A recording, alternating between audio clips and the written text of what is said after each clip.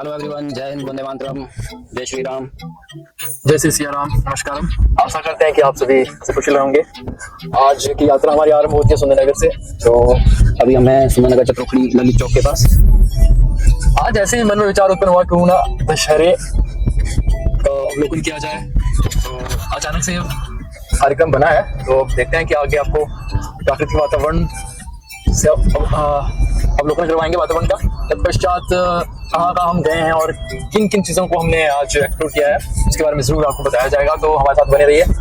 अभी हमारी जर्नी शुरू हो रही है सुंदरनगर से। सुंदरनगर हैं। मेरा तो फर्स्ट टाइम ये एक्सपीरियंस रहेगा कि किसी भी एज के माध्यम से अपनी भावनाओं को व्यक्त करना, या प्रथम ब्लॉग जिसको कहा जा सकता है कि प्रथम ब्लॉग रहेगा जीवन का। तो अगर इसमें किसी भी प्रकार की कोई त्रुटि रहेगी तो हमारी आप सबसे सर्वोच्च प्रार्थना है, विनती है कि इसको आप हमें मार्गदर्शन कीजिए हमारा, कि किस तरह से इसमें और अच्छे से सुधार किया जाए। काफी समय के बाद आज कुल्लू जाना हुआ है।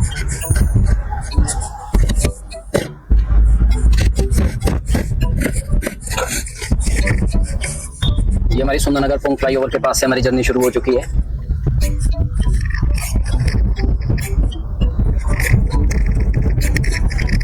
वैसे हमें याद है कि हम काफी लेट हो चुके हैं, परंतु अब जिस तरह से श्री हरि जी का मार्गदर्शन उसी अनुसार से सारी चीजें होंगी वास्तव में। वैसे हमारा समय था 12 बजे के आसपास हमें निकलना था, परंतु इसमें हमारे को 2 बज चुके हैं। सुंदरनगर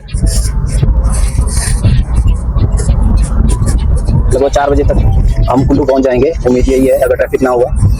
बाकी देखते हैं रोड क्या कंडीशंस क्या है, कितना ट्रैफिक है, उस हिसाब से आगे पंडों से आगे सारी जानकारी पता चलेगी। रोड कंडीशंस क्या है, कितना ट्रैफिक है, कितना टूरिस्ट आ रहा है, उसको मद्देनजर रखते ही हम टाइम तय कर सकते हैं कि किस समय हम पहुंचेंगे। बट फिर भी अप्रोक्सीमेटली हम जो अंदाजा लेके चले हैं, अगर हम नॉर्मल स्पीड में 60 स्पीड 40 to 60 के बीच में भी अगर हम चलते हैं तो लगभग 4 बजे के करीब हम कुल्लू पहुंच जाएंगे। आप सबसे एक बहुत महत्वपूर्ण तथ्य साझा करने जा रहा हूँ कि वास्तव में ये पहला ब्लॉग है, तो इसमें ऋषि भैया ने हमें बताया कि वास्तव में हमें ये चीजें आने वाले समय में ये चीजें किस तरह से हमारे लिए महत्वपूर्ण रहेंगी, या जो भी जनरेशन आगे वाली होगी, जो घर पे बैठे हैं, जो वर्क फ्रॉम होम कर रहे हैं, या जो कहीं इधर उधर नहीं जा पा रहे हैं, तो उनको किस प्रकार से हम जिन जिन तीर्थ स्थल हो गए, चाहे वो या कोई भी प्राकृतिक सुंदरता होगी, उस वातावरण को किस प्रकार से अवलोकन करवा पाएंगे। तो स्थल हो गए जी, तो इस प्लेटफॉर्म के माध्यम से हम अपने विचार भी साझा कर पाएंगे और प्राकृतिक सुंदरता का अवलोकन भी करवा पाएंगे। तो एक बहुत ही अच्छा मुझे एक्चुअली इनका सुझाव भी लगा, और इसको कहा जा सकता है कि एक बहुत ही अच्छा प्लेटफॉर्म भी कहा जा सकता है, जिसमें सारी प्रकार की चीजें जुड़ी रहेंगी। सुंदरनगर की लेक भी हमारी यहाँ पे आप देख सकते हैं। ये जो हमारा बाईपास है, सुंदरनगर बाईपास, शायद ही आपको ढंग से दिखा पा रहा होगा इस टाइम, लेकिन थोड़ा सा हाइड हो गया पोर्शन। जी, बंद भी किया गया है क्योंकि फ्लाईओवर का भी कार्य चला हुआ है, उसमें कुछ तकनीकी खराबियों के कारण बंद भी किया गया है। तो सभी लोगों से यही गुजारिश रहेगी कि जो भी इस सड़क का वास्तव उपयोग कर रहे हैं, तो बिल्कुल सावधानी से आप चलें और सामने वाले को इस प्रकार से आप अपनी तरफ से चीजें सुनिश्चित करवा दें कि वन वे ही है वास्तव में। इससे सावधानियां दोनों पक्षों की रहेंगी तो ज्यादा अच्छा रहेगा।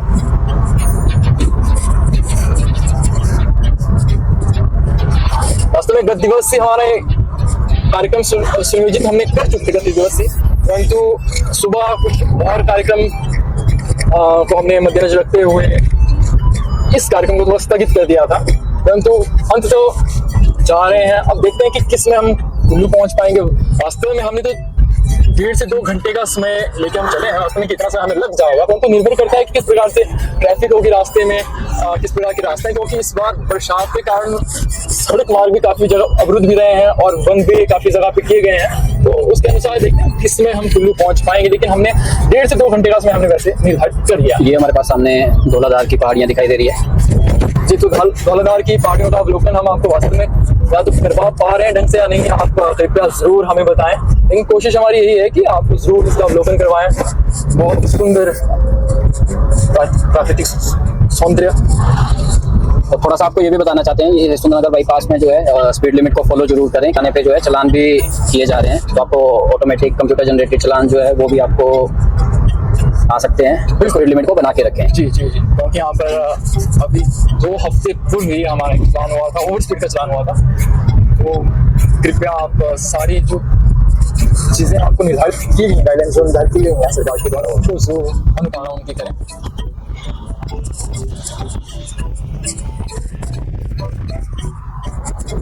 रोड की कंडीशन कुछ ज़्यादा ही ख़राब है।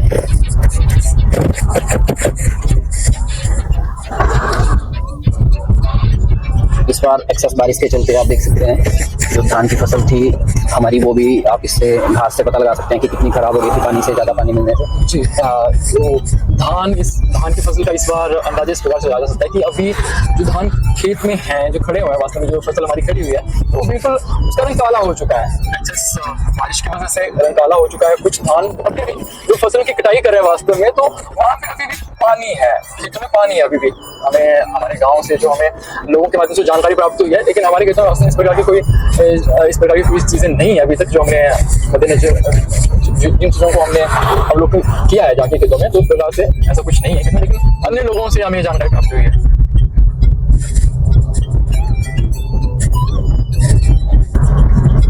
तो ये अब हम सुंदरनगर सिटी से बाहर निकल चुके हैं, नौलखा विलेज में, और यहीं पे हमारा नौलखा में जो है सुप्रसिद्ध माता शिकारी माता का मंदिर है हमारे लेफ्ट हैंड की ओर।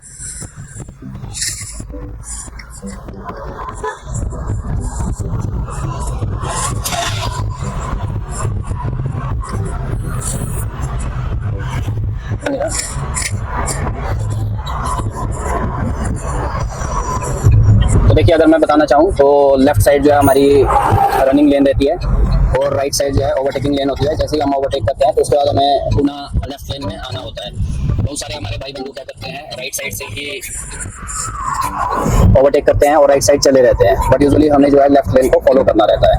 तो आप इस चीज़ को भी ध्यान में रखें कि हमें ओवरटेक करने के बाद जो है लेफ्ट लेन में जाना है। हाँ, कंडीशंस है, कई बार ट्रैफिक है, कुछ है, वो कंडीशन जो है वो एक्सेप्शनल केसेस है, बट यूजुअली हमें ओवरटेक करके जो है दोबारा से लेफ्ट लेन में आना होता है। जी, बहुत ही महत्वपूर्ण जानकारी आपसे साझा की गई। और इस केस में जो है आपका चालान भी हो सकता है, तो इस चीज़ को भी आप ध्यान में रखें। बड़े शहरों में आप अक्सर जाएंगे तो वहाँ पे ये चीज़ें आपको मद्देनजर रखनी ही पड़ेगी वास्तव में।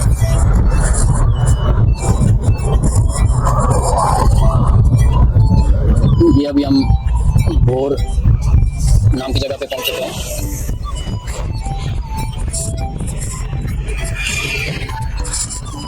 और हाँ, एक चीज़ और साझा करना चाह रहा हूँ मैं आपको अपने स्ट्रोक के माध्यम से कि जैसे अगर हम आजकल जो है थोड़ा सा वाइब्रेशन का इशू भी आ रहा है, अगर आप लोगों ने फील किया होगा आइडल्स, वो सारा जो मेन पर्पज है, अगर आप इसमें बात करें कि एसी ऑन रख के जो है अगर आप उसको आइडल स्टार्ट करके गाड़ी को रखते हैं तो गाड़ी जो है काफ़ी ज़्यादा वाइब्रेट करती है और नॉकिंग भी रहती है। उसका जो सबसे बड़ा कारण है वो है आपके पेट्रोल में जो है एथनॉल की ब्लेंडिंग, जिसको कि गवर्नमेंट ने 20% कर दिया हुआ है। तो आप कोई भी पेट्रोल डलवा लो, किसी भी पंप से पेट्रोल डलवा लो, उसकी जो एथनॉल ब्लेंडिंग है वो 20% है।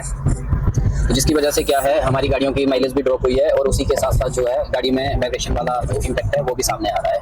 तो आइडली आप जो है, अब हम बात करें, जैसे पहले एक स्पीड आता था या XP95 इंडियन ऑयल का आता था और उसके साथ साथ ही HP का एक पावर करके आता है। मेरे द्वारा अभी एक रिसेंट जो है मैंने पेट्रोल पंप्स में जाके एक रिपोर्ट भी ली थी कि कितना एथनॉल ब्लेंड है। तो इंडियन ऑयल पे हम जो देश की सबसे बड़ी रिफाइनरी है उसमें हम बात करें तो XP95 जो आता है उसमें जो है 100% ब्लेंडिंग है। अब आप एक चीज़ मुझे बताइए कि आप एक जो नॉर्मल पेट्रोल है उसमें भी 20% ब्लेंड कर रहे हैं और जो XP95 है उसमें भी 20% आप ब्लेंड कर रहे हैं।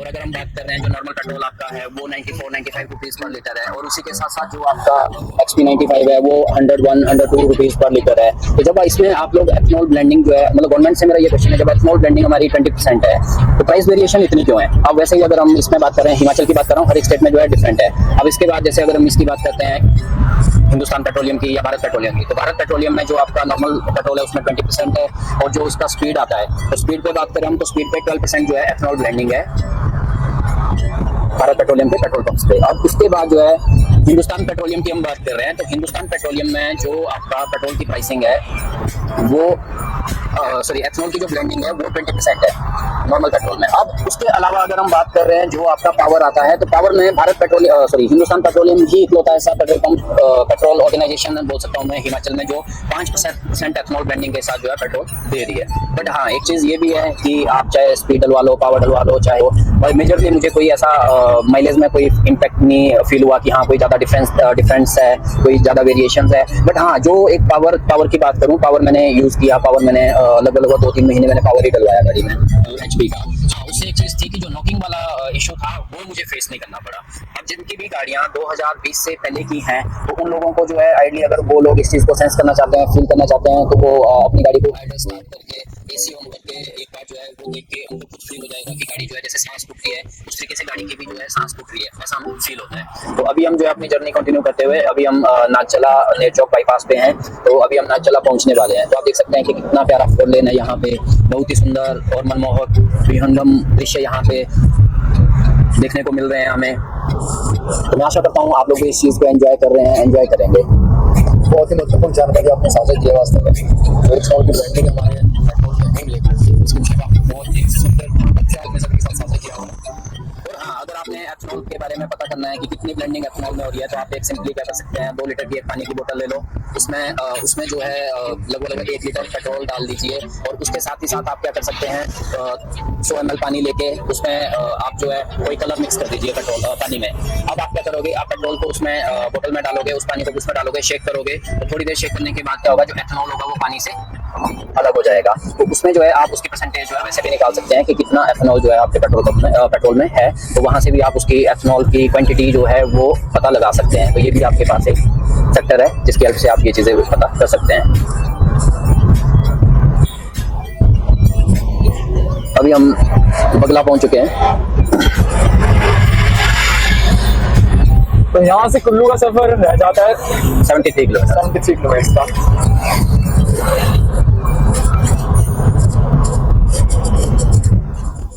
अब जो जंक्शन है यहाँ से लेफ्ट साइड में मंडी वाला पुराना रोड है जो कि गुटकर होते हुए जाता है, और ये मंडी बाईपास है जहाँ से अभी हम जा रहे हैं 4 लेन, जिस 4 लेन को हम फॉलो कर रहे हैं।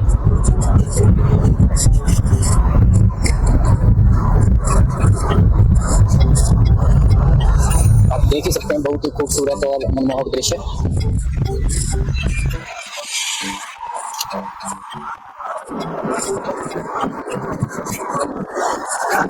तो ये आप करिए, डाउनलोड आप थ्रू करिए।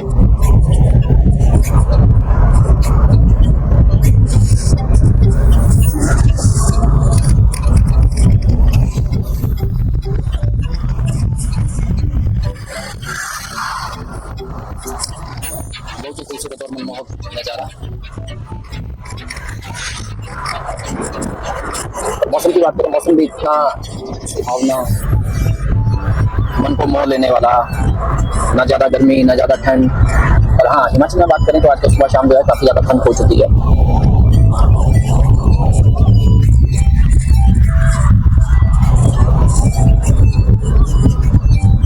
बीते कुछ दिनों में बारिश का दहर था सोना, इसके चलते सुबह शाम किया जा सकता है।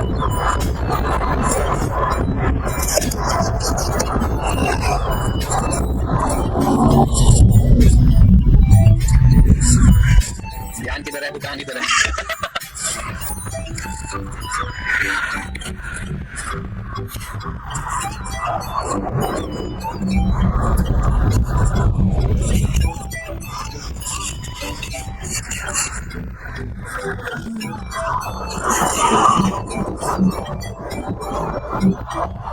अगर हम इस रोड की बात करें तो ये सीधा कुल्लू मनाली, सिसु, केलोंग, दारचा, सूरजताल होते हुए लेह के लिए चला जाता है।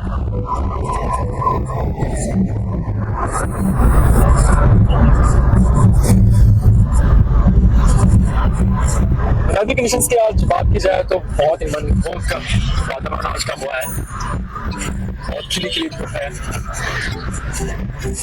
3-4 दिन ऐसा लगा था मानो सकिन रोड पे चलते हुए आप कभी बोर फील नहीं कर सकते। ये शिवधाम बन रहा है हमारा सामने, अगर हम बात करें, जिसका काम काफी लंबे अरसे से रुका हुआ है। अब तो शायद शुरू भी होने वाला था, हो गया है, नहीं हुआ है, अब इस बारे में तो मुझे विस्तृत जानकारी नहीं है। ये हम पहुंच चुके हैं मंडी बाईपास में। ये लेफ्ट साइड में जो हमारा मंडी सिटी के लिए रोड चला जाता है। ये सामने आप देख सकते हैं कितनी सुंदर टनल जो है हमारी इस हाईवे में बनी हुई है। अगर इसमें टनल नंबर 6 है, अगर हम इसमें बात करें तो ये जैसे हम किरतपुर से हिमाचल में एंटर करते हैं मंडी कुल्लू के लिए, तो उस साइड से ये 6 नंबर टनल है टुवर्ड्स कुल्लू।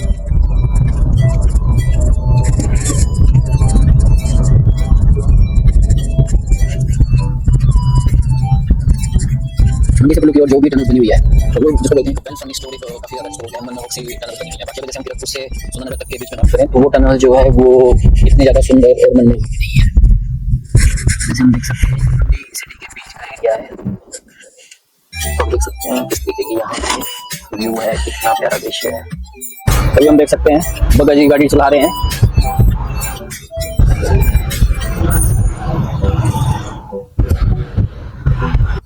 ये रास्ते वास्तव में आम रहे हैं हमारे लिए, अगर मैं आपको जानकारी दूं इस संदर्भ में थोड़ी सी।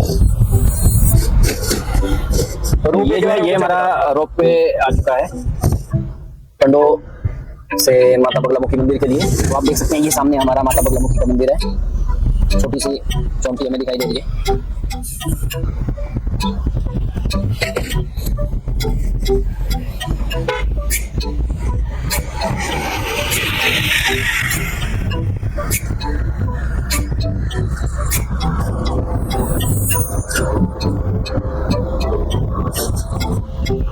ये अभी हम पहुंच चुके हैं तलोट बाजार में।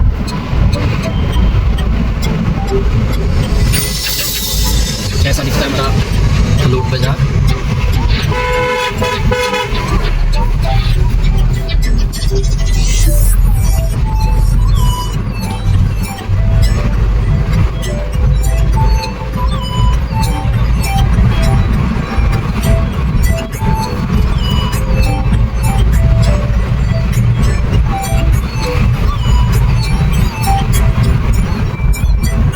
पहाड़ों का दृश्य देखिए आप।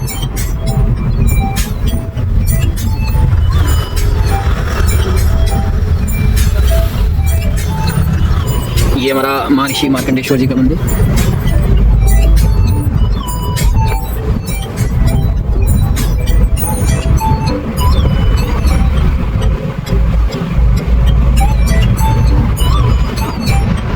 तो आप देख सकते हैं कितने सुंदर सुंदर लैंडस्केप्स हैं।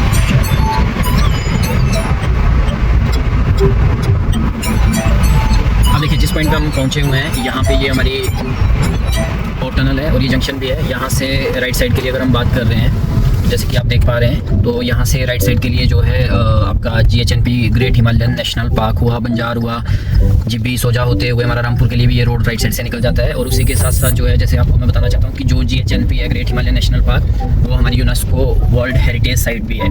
जैसे कि अब इसके साथ ही साथ क्या है कि हम अभी और टनल में जो है एंटर कर गए हैं, जो कि हमारी बात कर रहे हैं बहुत पुरानी टनल है जो कि इस रोड में पहले से एक्सेस थी। ये एलआरजी पावर प्रोजेक्ट के चलते जो इस टनल को बनाया गया था। पहले जो रोड था वो बाहर से ही था, जिस साइड से बंजार वाला रोड था वो आगे जाके मिलता था। और आपको ये भी बताना चाहता हूँ कि जो अटल टनल है और टनल है इस टनल में अभी बहुत सारे एक्सीडेंट्स भी हो रहे हैं क्योंकि इसमें जो है विजिबिलिटी का इशू भी है।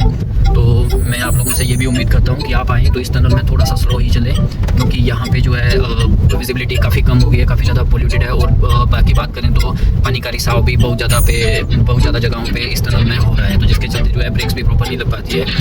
तो स्लिपरी ट्रैक भी हम बोल सकते हैं बहुत सारी जगहों पे ये बना हुआ है इसी टनल के बीच में। बाकी लाइट की बात करें तो लाइट भी काफ़ी कम है इस टनल में। आपको व्हीकल्स की लाइट जो है वो ऑन करनी ही पड़ेगी।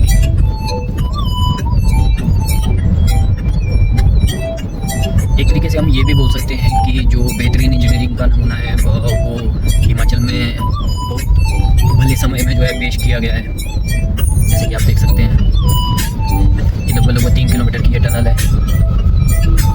और मैं आपको ये भी बताना चाहता हूँ कि ये जो टनल है हमारी ये भी डिस्ट्रिक्ट मंडी में ही है। अभी तक जितनी भी टनल्स मैंने आपको दिखाई, जितना भी रोड अभी तक मैंने आपको दिखाया और जिस भी रोड पे हम अभी टनल कर रहे हैं ये सारा की सारा डिस्ट्रिक्ट मंडी में है। तो हम देख सकते हैं कि डिस्ट्रिक्ट मंडी कितना एरिया कवर कर रहा है। अब सुंदरनगर जहाँ से हमने अपनी जर्नी स्टार्ट की थी वो भी डिस्ट्रिक्ट मंडी में ही है। तो अभी तक हम लोग जो है डिस्ट्रिक्ट मंडी में ही ट्रैवल कर रहे हैं। लेना भूल गया, दिखाना भूल गया। तो ये हमारी टनल क्रॉस होगी। तो मैं बताना चाहता हूँ कि बहुत सारे ऐसे पॉइंट्स इस टनल में हो गए हैं जहाँ पे अगर हम बात करें बहुत ज़्यादा मात्रा में पानी आ रहा है, बहुत ही ज़्यादा पानी का रिसाव इस टनल के भीतर हो रहा है। और ये अभी हम पहुँच चुके हैं औट बाज़ार में। तो औट बाज़ार की बात करें हम, ये भी डिस्ट्रिक्ट मंडी में ही है, डिस्ट्रिक्ट मंडी का ही पार्ट है।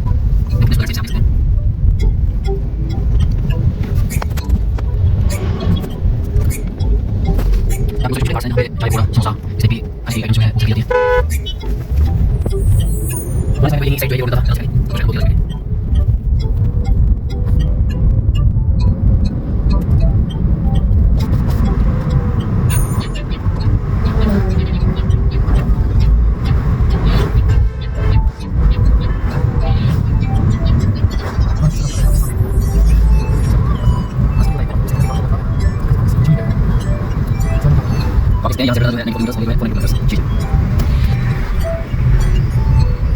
देखते हैं रोड में हम यहाँ पे कोई नहीं जब इस पे ओपन करके सब भी के साथ है पता होगा देखते हैं कैसे बात बिल्कुल क्या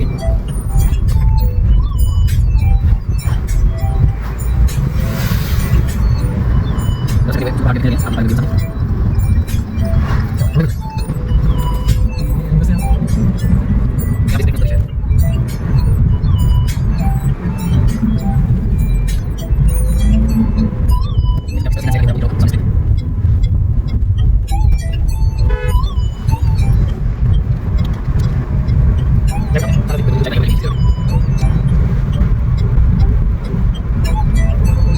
बगा जी का बहुत गहरा नाता रहा है यहाँ से बहुत ज़्यादा हो सकता है। तो ये अभी हम चाय के लिए रुक रहे हैं,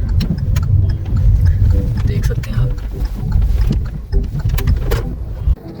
ये एवरीवन अब हमने अपनी ड्राइविंग सीट्स जो है वो चेंज कर दी हैं, तो अब हम चाय और पानी पी करके अब हम देख सकते हैं। वैसे चाय के रेट इनके काफ़ी कम थे, 20 रुपये और लेमन टी के 10 रुपये।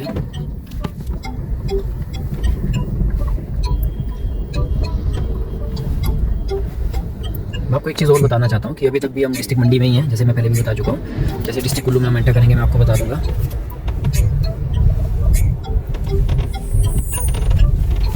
और समय 5 बज चुके हैं।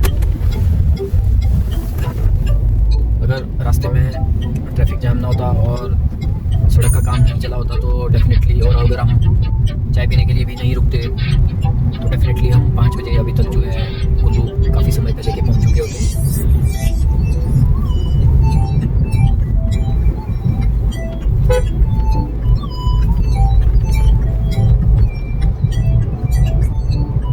ये अभी हम बनारसा बाजार में पहुंच चुके हैं।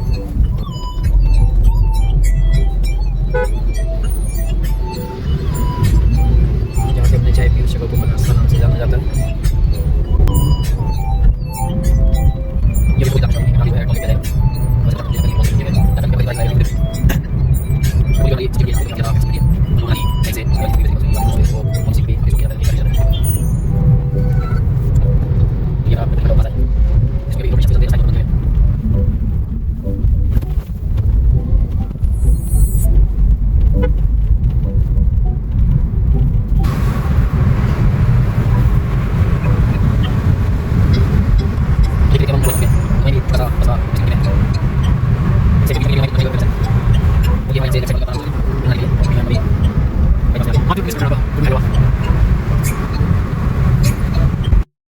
हाँ चलिए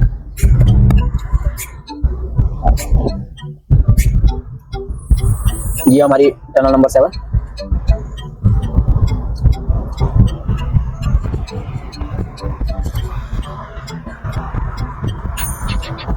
इन टनल्स की बात करें तो लाइटनिंग प्रॉपर की गई है इन टनल्स में।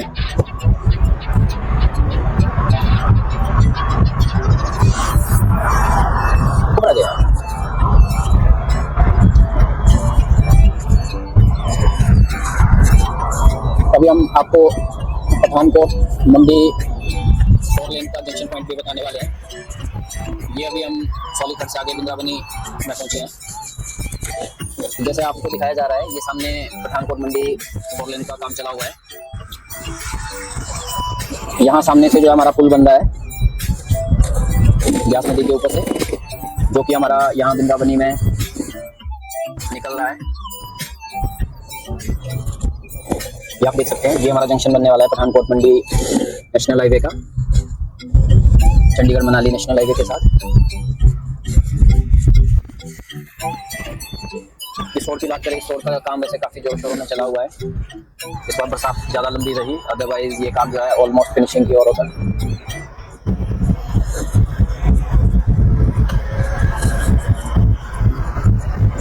जैसे कि अभी भैया ने बात की, इन सड़कों पर आपको बोरियत का एहसास नहीं हो सकता है। मैं इस बात से बिल्कुल सहमत हूँ, क्योंकि जब आसपास इतने सुंदर दृश्य होंगे तो आप ये हमें बताइए कि बोरियत का एहसास आपको कैसे हो पाएगा।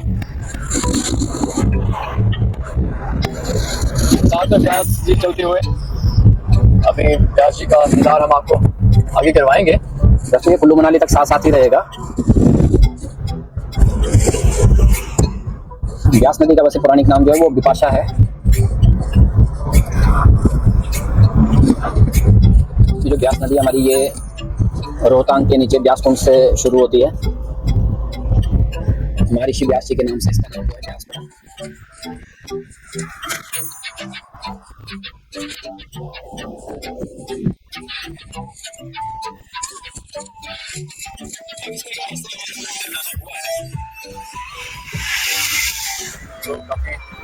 शानदार लगभग 3 महीने बाद। जी।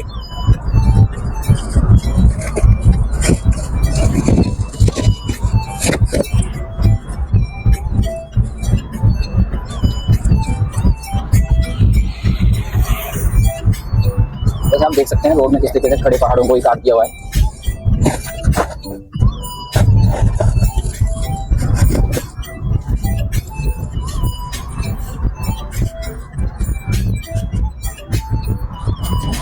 मेरा प्रश्न है आपसे कि क्या हिमाचल के लिए 4 लेन की आवश्यकता थी?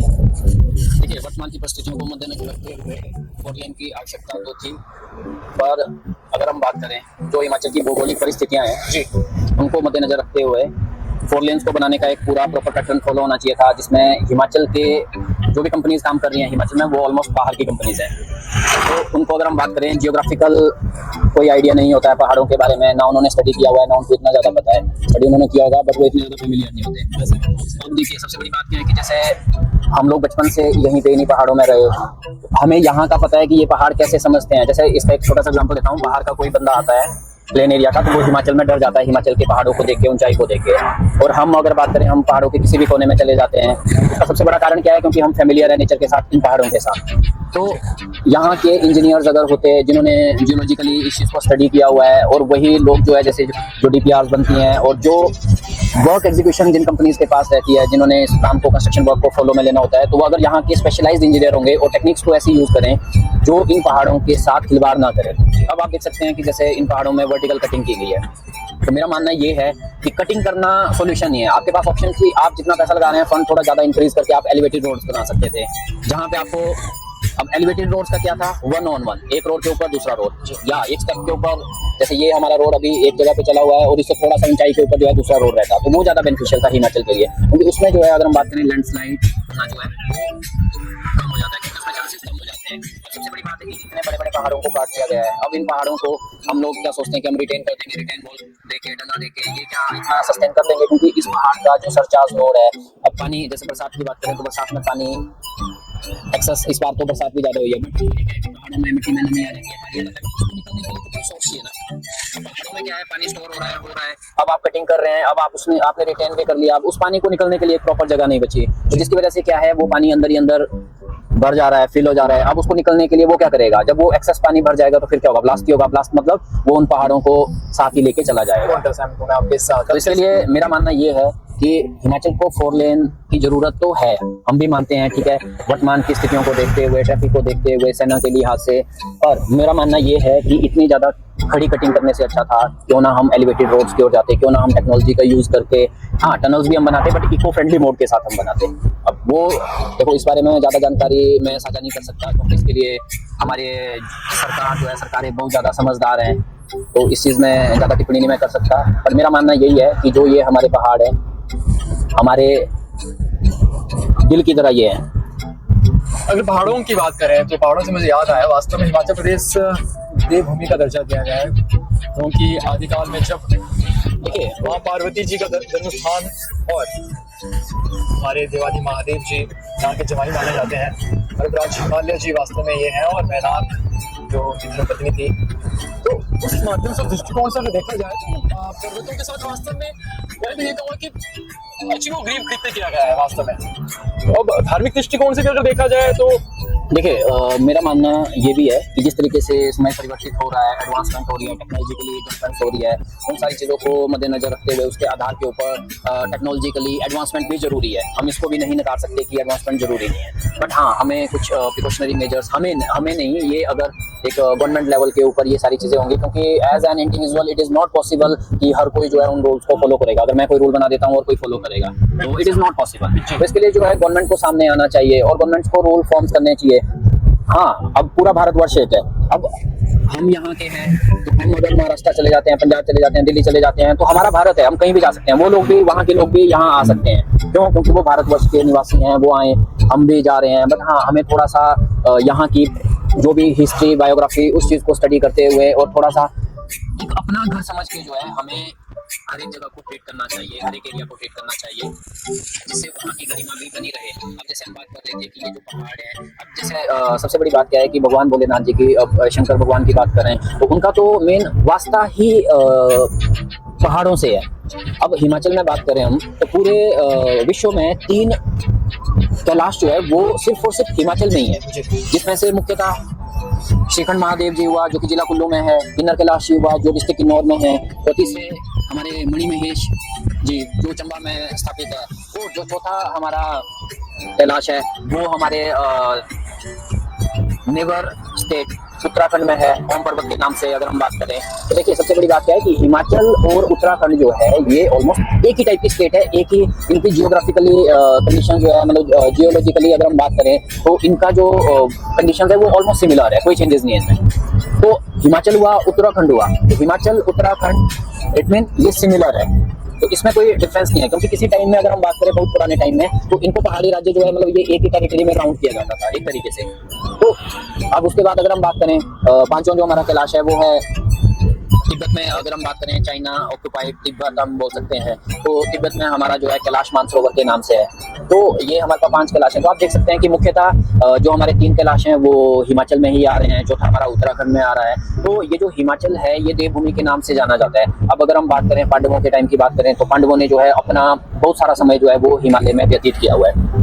इवन वो अपने अंतिम समय में भी जो है हिमाचल में ही रहे, हिमाचल से ही उनका मेन वास्ता है। तो उसी के साथ साथ अगर हम बात करें, जैसे डिस्ट्रिक्ट मंडी की बात करें हिमाचल में हम, तो डिस्ट्रिक्ट मंडी को शिव भूमि भी कहा जाता है, छोटा काशी के नाम से जाना जाता है। अगर सुना होगा तो बोला जाता है कि मंडी में काशी और काशी में 84। तो इसका मतलब ये है कि मंडी में जो है भगवान शिव के 81 टेम्पल्स हैं, और जो काशी है, काशी विश्वनाथ उत्तर प्रदेश में, वहाँ पे हम बात करें तो 84 टेम्पल्स हैं भगवान शिव के। अब 84 ये फेमस टेम्पल्स हैं। अब वैसे ही मंडी के जो है 81 शिव टेम्पल जो है वो फेमस है, इसलिए मंडी को जो है छोटा काशी कहा जाता है। तो ये चीज़ भी हमें पता होनी चाहिए, मंडी में काशी और काशी में 84। तो ये चीज़ जो है ये हमारे बड़े बुजुर्गों से हमने ये चीज़ें सुनी हुई है, तो वहाँ से ये चीज़ें हमारे पास सामने आती हैं। अब देखिए, जैसे जैसे हम आगे की ओर बढ़ रहे हैं, तो अभी हम पंडोह के नियर बाई पहुँचने वाले हैं। थोड़ी समय में हम पंडोह पहुँच जाएंगे। जैसे यहाँ पे बात करें, हम 2 पुल हमारे पीछे थे जिनका भी काम चला हुआ था जब हम लास्ट टाइम आए थे, वो बन के तैयार हो चुके हैं। और अभी ये पॉइंट हमारा काफ़ी लंबे अरसे से सेम कंडीशन में है, जिसकी हालत पता नहीं कब दुरुस्त होगी। ये तो अब कंस्ट्रक्शन कंपनी वाले जाने, सरकार जाने।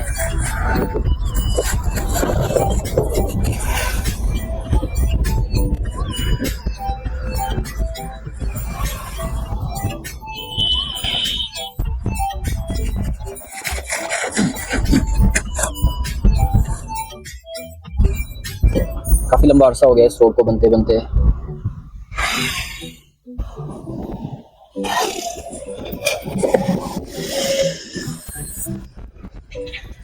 ये पुल भी हमारा चालू कर दिया गया है 4 लेन कंपनी द्वारा। बाकी एक चीज़ मैं आपको बताना भूल गया कि सुंदरनगर से हमने अपनी जर्नी स्टार्ट की थी। सुंदरनगर, वैसे अगर हम बात करें, सुंदरनगर एक बहुत ही सुंदर टाउन है डिस्ट्रिक्ट मंडी में। यहाँ पे हमारा एक BBMB का प्रोजेक्ट भी है, Bhakra Beas management board, BSL link नाम से जाना जाता है, जिसको बोला जाता है ब्यास सतलुज लिंक। इसमें क्या है कि जो हमारा ये जो ब्यास नदी है, इसको पंडोह में जो है एक डैम की हेल्प से चैनलाइज किया गया है थ्रू कैनाल, जिसमें जो हमारा पंडोह डैम से पानी बग्गी नाम के स्टेशन तक जो है थ्रू टनल ले जाया जाता है, और उसके बाद जो है ओपन कैनाल के थ्रू ये सुंदरनगर तक जाता है। सुंदरनगर में एक मैनमेड लेक भी है। फिर सुंदरनगर में थ्रू टनल जो है इसको सलापड़ तक ले जाया गया है, जहाँ पे सलापड़ डहर पावर हाउस भी है, और वहाँ से वो ब्यास नदी का पानी जो है सतलुज नदी में छोड़ा जाता है। ये भी हम पंडोह में नवोदय स्कूल के पास पहुँच चुके हैं। हमारे लेफ्ट साइड में जो है नवोदय स्कूल है। हम बात करें, ये हमारा नवोदय स्कूल की बाउंड्री वॉल है, जवाहर नवोदय विद्यालय।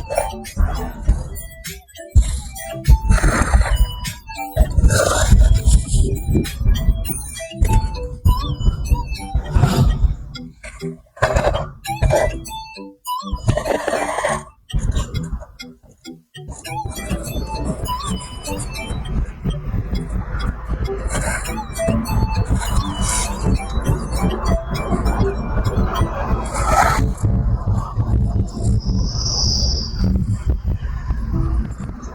लगभग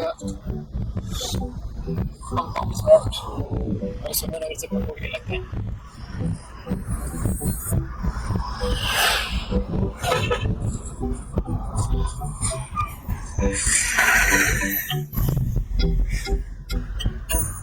ऐसा हमने अनुमान लगाया था वास्तव में कि इस प्रकार से व्यस्तता रहेगी सड़क पर, तो उस पर कुछ खास व्यस्तता नहीं है। वैसे हम चले भी लगभग 30, 40, 45, 50 तक की स्पीड में ही है।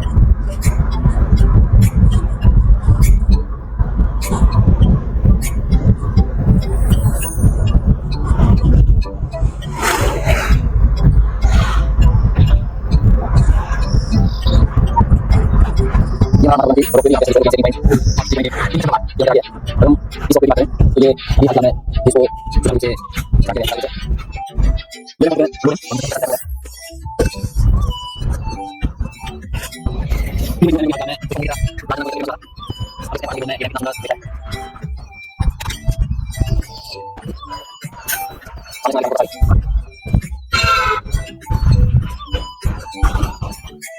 तो हमारे मित्र के साथ निकाल लेगा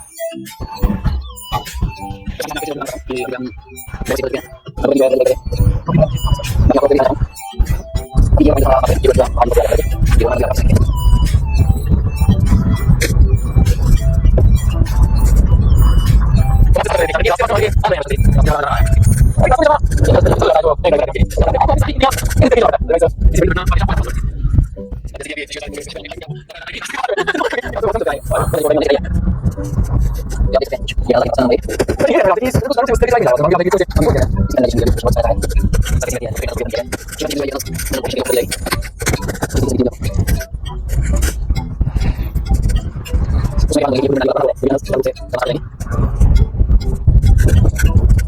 अधिकरण कितना आया इसमें के लिए ना तो आपने लगाओ तो आपने सही होगा अब हमारा पूरी मांगी तो होगी कि मूल खाने पास करेगा तो इसलिए भी इसमें मैं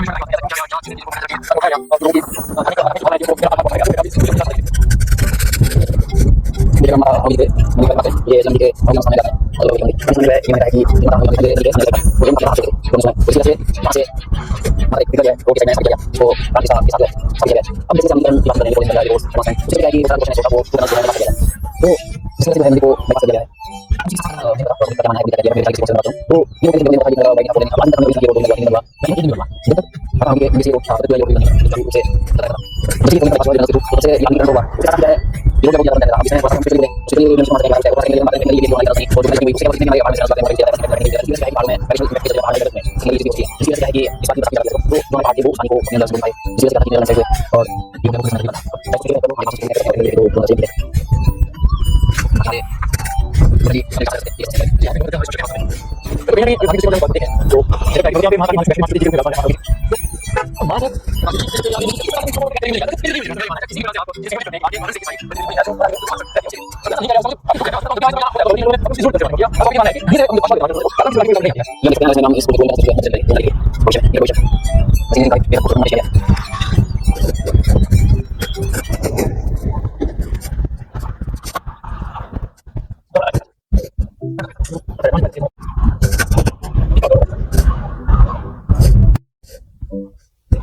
ये भी हम सामने देख रहे हैं ये 4 लेन में रोड मिल जाएगा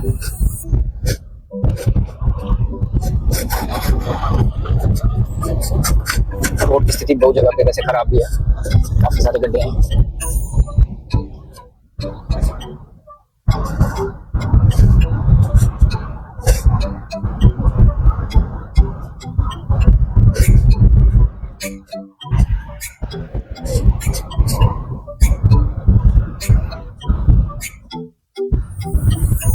ये हमारा केबल स्ट्रेट सस्पेंशन ब्रिज है जो कि हमारे किसी गांव के लिए जाता है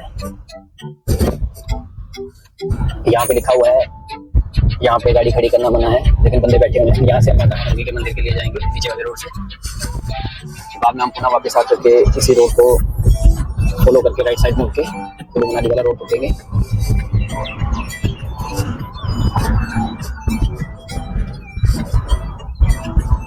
ये सामने वाली साइड हमारा उस बीच के सामने वाली साइड जो है ये गांव है कसोड़ और कुछ इस टाइप का नाम है।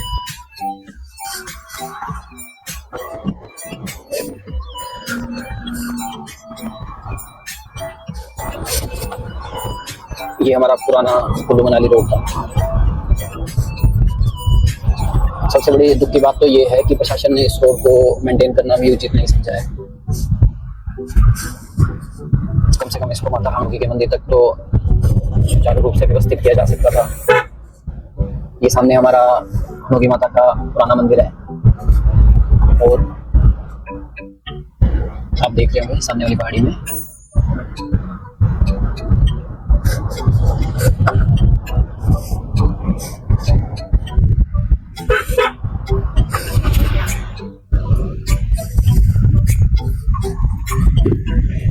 ये सामने वाला तो ये यहाँ पे हमारा रोड साइड के कुल्लू मनाली नेशनल हाईवे के बिल्कुल साथ में ये मंदिर है। यहाँ पे वैसे अगर हम पहले की बात करें तो हरी गाड़ियाँ हरी पान जो है यहाँ पे रुकते थे, माता के चरणों में शीश नमस्ते थे। वर्तमान में रोड बाईपास होने की वजह से गिने चुने ही लोग यहाँ पे आते हैं। ये अभी हमने